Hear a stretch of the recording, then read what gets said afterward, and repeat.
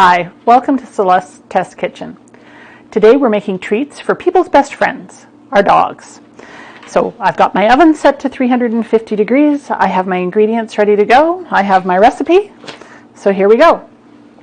This recipe calls for pumpkin puree. This is pumpkin puree I have made myself last year when I had a pumpkin left over after Halloween, and it's about 2/3 of a cup. I'm actually going to double this recipe because I have lots of dogs in my life. And so next time Delancey, Clarita, and Annie come in, I will be ready with dog biscuits. So pumpkin is in, and now I need a quarter of a cup of peanut butter because all puppies love peanut butter. Oh, I was going to say about the pumpkin puree. If you don't have your own pumpkin puree and you're buying it from the store, make sure it's unseasoned because dogs don't tend to like the people grade pumpkin you get. Most good pet stores will carry a pet grade pumpkin that dogs really like. Pumpkin is actually really good for a dog's digestive system. If you have a dog who has a bit of an upset tummy and you feed him some pumpkin, that works really, really well to help settle their stomach. Just need a spoon. Because I always forget how sticky the peanut butter is. If you don't happen to have enough peanut butter, I have used tahini. I have used pea butter. I have even at one point used honey. You just sort of need something kind of sticky. Oops. And messy. So I have also had another friend try these himself personally because he thought they smelt really good. And although they were a little weird, he said they didn't taste bad at all. So they are even people grade biscuits if you choose them to be. So there we go. We have our peanut butter, we have our pumpkin, a couple of eggs, one egg, and actually, just to be safe, I'm going to crack my next egg into a bowl. So I'm not quite sure how long the eggs have been sitting in the fridge, and there's nothing worse than ruining all of your ingredients by putting a rotten egg into all of your other expensive ingredients. I'm just going to give this a little mix. Woo! I guess I should have put the splash screen on that. Who knew? Okay. Oh, I need 4 eggs because I'm doubling the recipe. There you go. I knew there was something amiss. So, one more egg.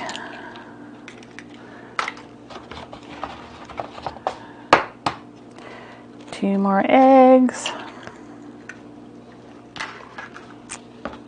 There we go.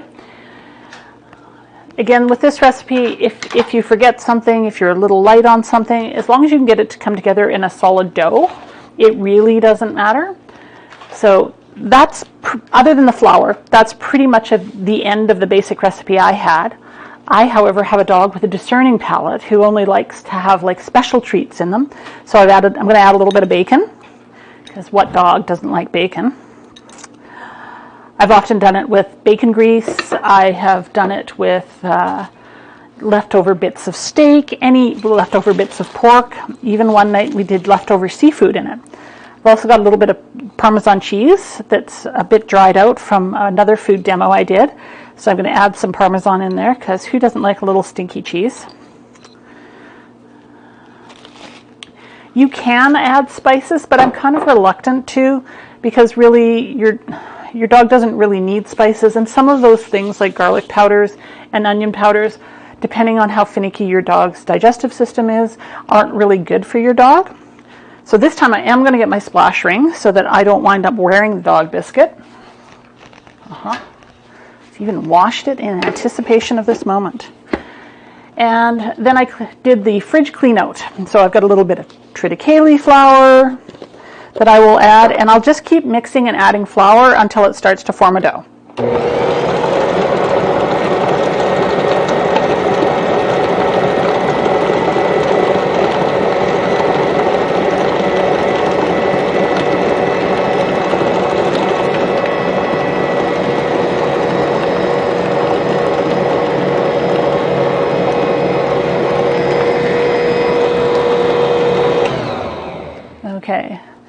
still pretty loose. Where's my peanut butter spoon? It is will not form a nice dough. I won't be able to cut out nice cookies with it. So I will keep mixing, and this time I'm going to add a little graham flour, which does not come from graham crackers. It is a flour in its own right.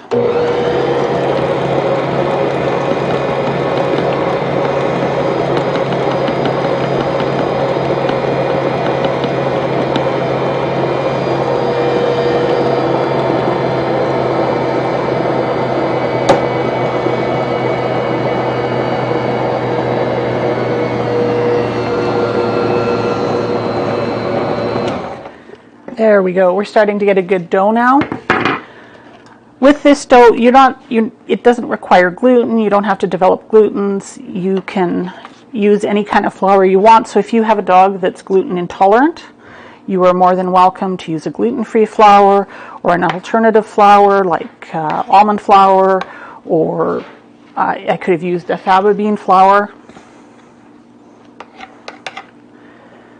All right, I'm going to churn this out onto the mat and turn it into dog biscuits. I'm going to churn this out onto a heavily floured surface. You can tell the dough is really still quite loose, so I know I'm going to need a lot more flour, and this is at this point just a garden variety white flour.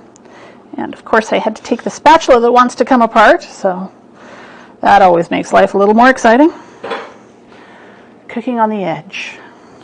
Will my equipment stay together? I won't make you stay tuned till next week to find out.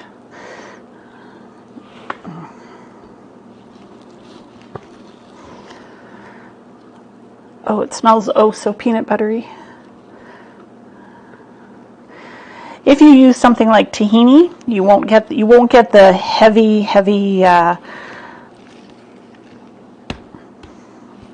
peanut butter smell. You won't get a heavy smell at all to it. So that's when I use tahini, I will use a lot of bacon. Dogs are very scent focused, and I mean their sense of smell is much more refined than ours, so you really don't need to, but I figure if it smells good to me, it's going to smell really good to the dog.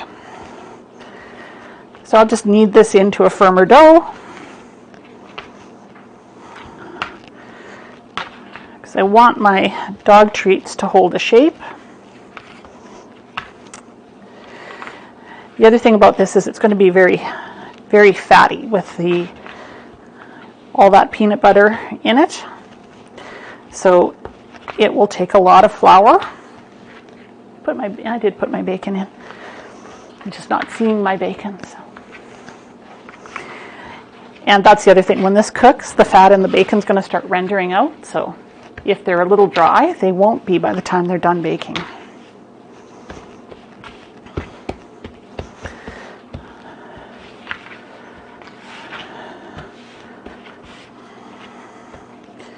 Okay, and then I'm going to divide this in half, because with half of it, I'm going to stick it in the fridge, and I'm going to try a trick that somebody showed me, but my dough has to be very cold. There is my dough divider. Never where you want it to be. There it is. Ha-ha! The handy dandy bench scraper. All right, I will reuse my cellophane.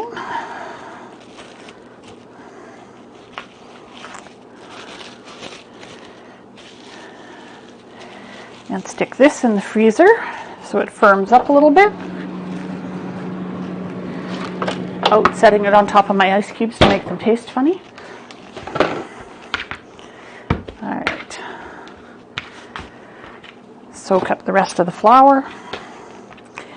Actually, this batch almost feels like a bread dough, which is kind of cool.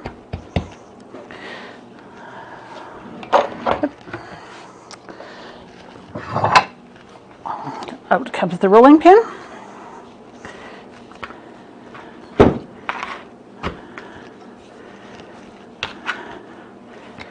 You can roll them as thin as you want. I like them to be a little bit thicker.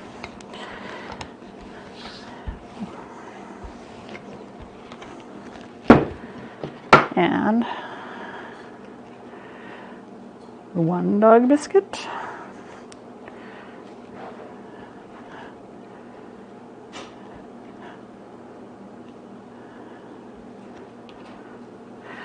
We also have a set of smaller dog biscuits, but our test kitchen official dog treat taste tester is not a little dog. So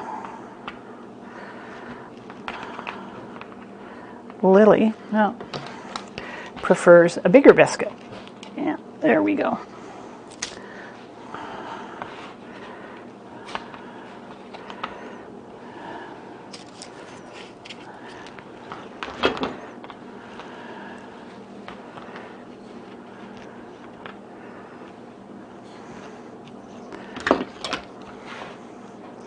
Again, I could have made these a little drier. They probably would have popped out of the off the sheet for me a little easier, but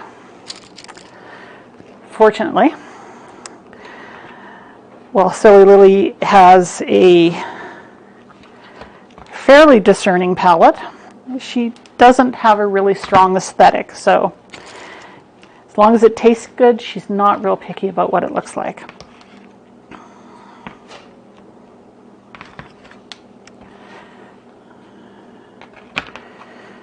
There we go.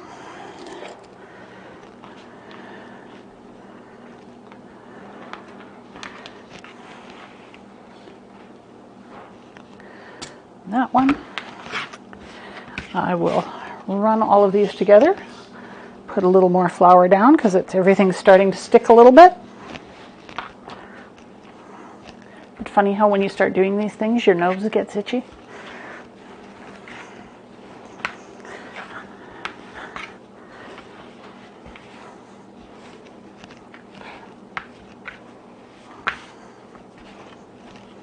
Okay.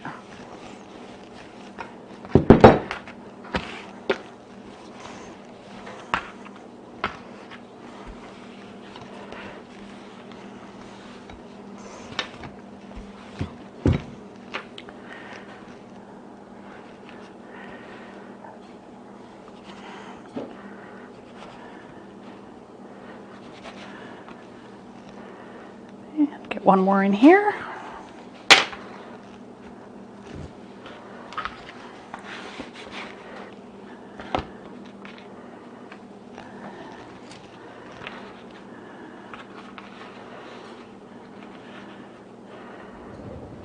There we go. A little more flour and they start to look a lot prettier in a hurry.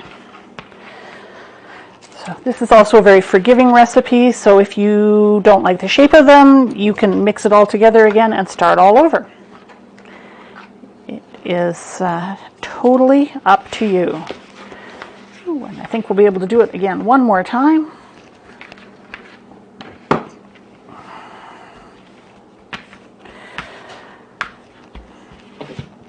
So if you have a recipe for a dog treat or a cat treat, I'd love to see some cat treat recipes.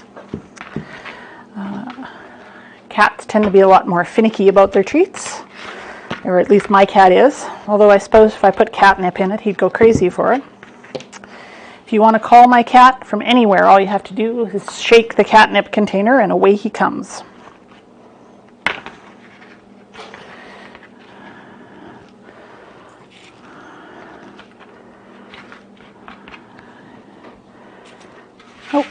Oh, I might get one more. Maybe move this one down.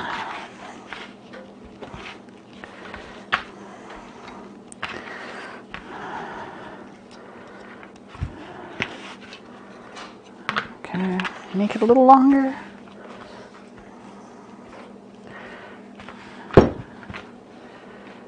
There we go.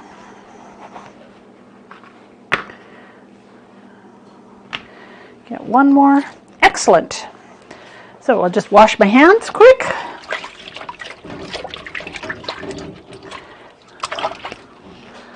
More or less. And if you want at this point, you can egg wash them and they would come out really shiny. These ones I think I'm just going to toss in the oven because like I said, some of them are pretty, some of them not so much.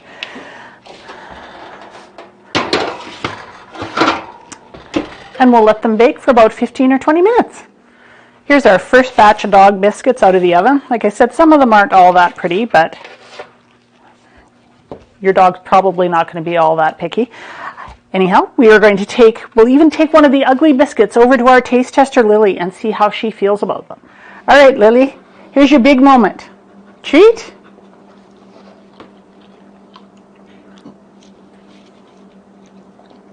Maybe? No. Come on.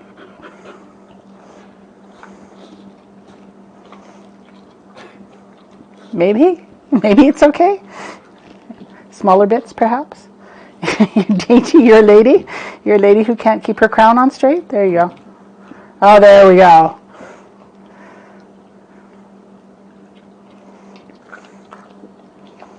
Coming back for more?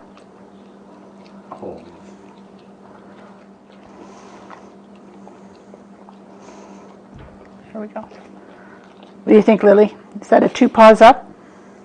Maybe? Looking for more? Little napkin? No? Okay, yeah, okay. All right, so well, this maybe isn't Lily's finest moment.